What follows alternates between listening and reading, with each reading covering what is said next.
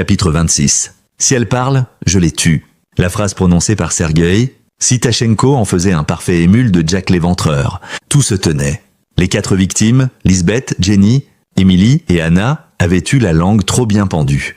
Pour préserver son secret, Sitachenko les avait exécutés. L'avertissement qu'il avait donné à Annabella n'était pas gratuit. À l'issue de cette enquête, Higgins ne jouissait pourtant d'aucun soulagement. Il éprouvait l'insupportable sensation de ne pas avoir atteint la vérité. Quand les nuages se montrent, avait écrit Shakespeare, les hommes sages mettent leur manteau. Quand les feuilles tombent, c'est que l'hiver approche. Quand le soleil se couche, qui ne s'attend à la nuit? La nuit était épaisse, si épaisse qu'elle tuait un soleil que l'ex-inspecteur-chef aurait aimé voir se lever sur une affaire qui continuait à le préoccuper. Si Sergueï Sitachenko n'était pas l'assassin, il restait 2 solutions. Ou bien l'avocat Montagu Fitward était un coupable qui s'était supprimé lui-même, ou bien Annabella avait joué la plus odieuse des comédies. Higgins ne croyait pas que l'avocat eût commis des crimes aussi abominables. L'homme avait été détruit par un scandale qu'il n'avait pas eu la force d'affronter. Son existence avait été une longue suite de déceptions. Le suicide lui était apparu comme l'unique issue. Le cas d'Annabella, en revanche, le troublait encore. La journée du 9 novembre se terminait.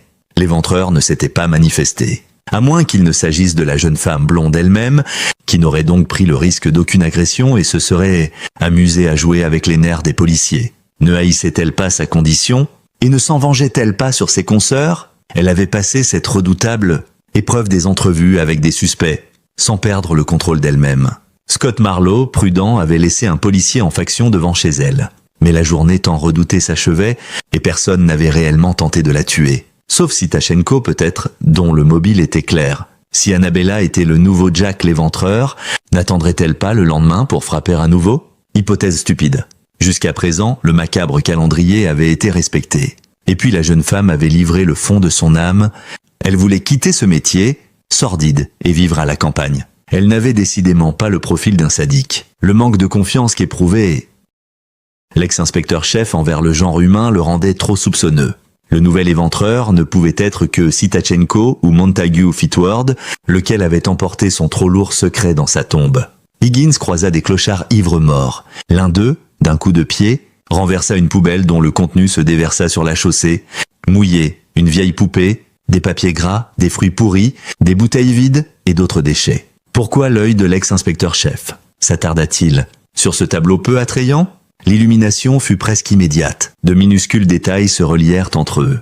Et soudain, il comprit. Higgins venait de découvrir l'identité de l'assassin. Consultant son oignon, il s'aperçut que les aiguilles indiquaient 11h42. Il ne lui restait plus une seconde à perdre. En courant, il s'enfonça dans Whitechapel. « T'as vu ?» dit l'un d'eux. « On croirait que c'est Jack l'Éventreur qui sème le yard. » À minuit moins 5 minutes, la porte de l'appartement d'Annabella s'ouvrit sans grincer. Le visiteur la referma avec douceur, ne provoquant qu'un léger bruit. Mais ce dernier fut suffisant pour alerter la jeune femme qui ne parvenait pas à s'endormir. Elle rêvait de sa petite maison de campagne, de l'air pur, des fleurs des champs, des chiens qu'elle élèverait.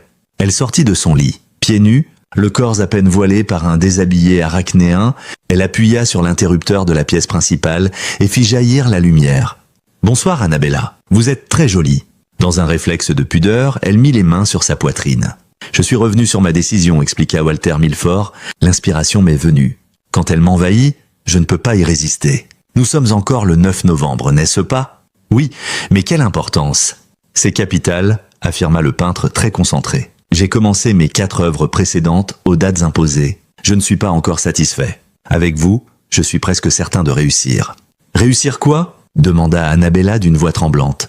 Un chef-d'œuvre, mon ange, une toile comme personne n'en a jamais créé. Cela exige certains sacrifices. Je suis fatigué ce soir. J'aimerais dormir. Revenez demain. C'est impossible. Nous sommes le 9 novembre.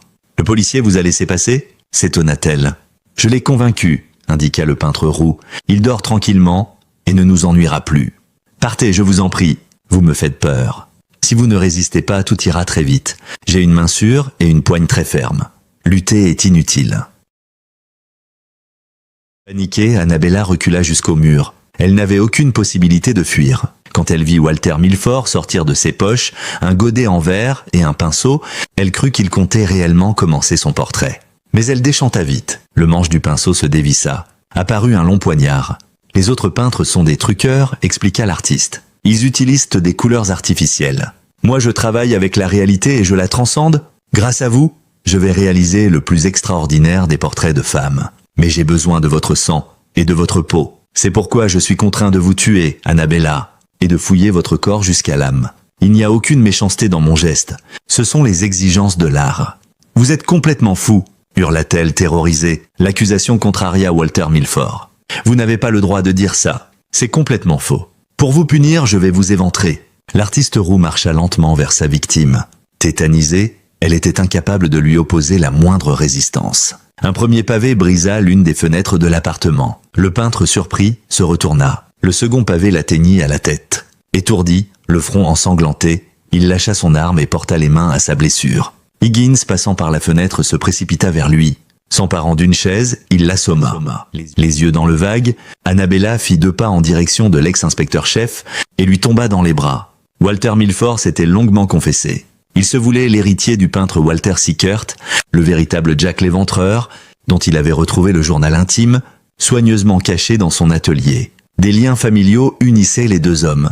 Le peintre roux avait repris le flambeau, désirant mener à bien l'œuvre. Entreprise par un assassin dont personne n'avait perçu les grandioses motivations. L'art était toujours trop éloigné de la réalité. Il fallait que tout devint vrai. La chair, les larmes, le sang. Comment bien peindre un être humain sans utiliser la plus belle couleur, celle du sang qui coule dans ses veines?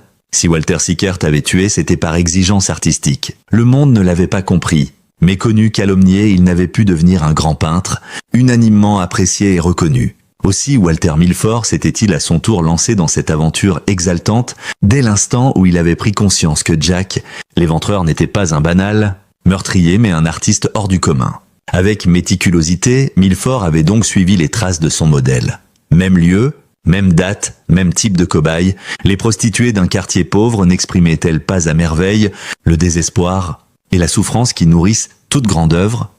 En ouvrant les caches dont le peintre avait lui-même indiqué l'emplacement, Higgins et Marlowe découvrirent effectivement des godets, remplis du sang des 4 malheureuses, et le journal intime de Walter Sickert. L'ex-inspecteur-chef le lut avec attention et prit quelques notes sur son carnet noir. « Comment l'avez-vous identifié ?» demanda Scott Marlowe, encore abasourdi par tant de folie et de cruauté. « Un concours de circonstances et le contenu d'une poubelle. La vision de peau de fruits m'a fait songer à une exposition de nature, morte ou figurette d'étoiles de Walter Milford. Elles étaient très réalistes, en effet. À la peinture, il avait incorporé des peaux de pêche. Or, lui qui était si attaché à son art ne m'avait pas mentionné l'existence de cette exposition qui s'achevait pourtant le jour même. Modeste en elle-même, elle revêtait pour lui une importance certaine. Ce silence avait valeur de mensonge. Il dissimulait l'existence d'une première manière où, avant de s'attaquer à des femmes, il se contentait de dépecer des fruits. Quand vous avez examiné son matériel, chez Annabella, vous comptiez trouver une arme? En effet, j'avais envisagé l'existence d'un pinceau truqué, analogue à la canne épée du duc. Mais Milford était trop malin.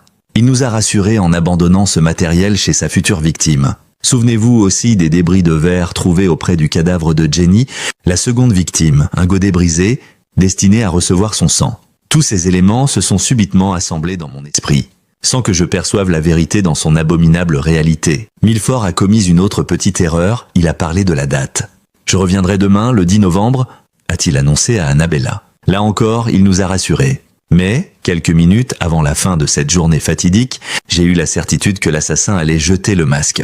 Celui qui avait besoin du sang de ses victimes comme il avait eu besoin de la peau des fruits. Celui qui croyait que la mort lui livrerait les clés de l'éternité. Ce n'était qu'une hypothèse fulgurante, peut-être absurde, mais j'avais au moins une certitude.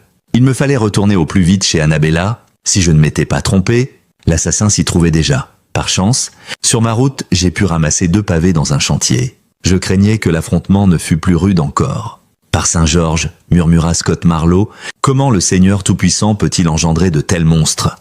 Pendant qu'Annabella s'installait à la campagne, Walter Milford fut jugé et condamné à mort. Les débats furent brefs, l'accusé ne niant aucun des faits qui lui étaient reprochés. Scott Marlowe fut porté au nu. Higgins resta dans l'ombre. Il lui restait une ultime tâche à accomplir pour clore cette affaire. C'est pourquoi il demanda l'autorisation de s'entretenir avec l'assassin. Le peintre roux le reçut fort civilement. Sa mort prochaine l'indifférait autant que celle de ses victimes.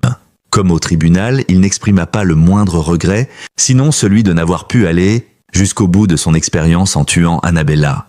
Vous avez mal lu le journal intime de Sickert, indiqua Higgins. Souvenez-vous de cette phrase. Je suis innocent de ce pourquoi on m'accuse. Mais je suis coupable du plus grand des crimes. Je m'accuse d'avoir découvert les plus grands secrets de la création.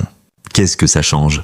Dans cette phrase, Sickert a dit la vérité. Il n'était pas Jacques l'Éventreur. Vous vous êtes trompé de modèle. Le peintre roux n'en crut pas ses oreilles. Ce n'est pas possible. Vous mentez. Regardez ceci. Higgins présenta à l'assassin 2 pages d'un carnet noir, écrites de nombreuses années auparavant par la main d'un défunt, inspecteur du Yard. Elle révélait le nom du véritable Jacques l'Éventreur et les preuves de son identification. Quand les portes de la prison se refermèrent, Higgins reprit la route de son domaine, loin d'un monde où toutes les vérités ne pouvaient pas être dites.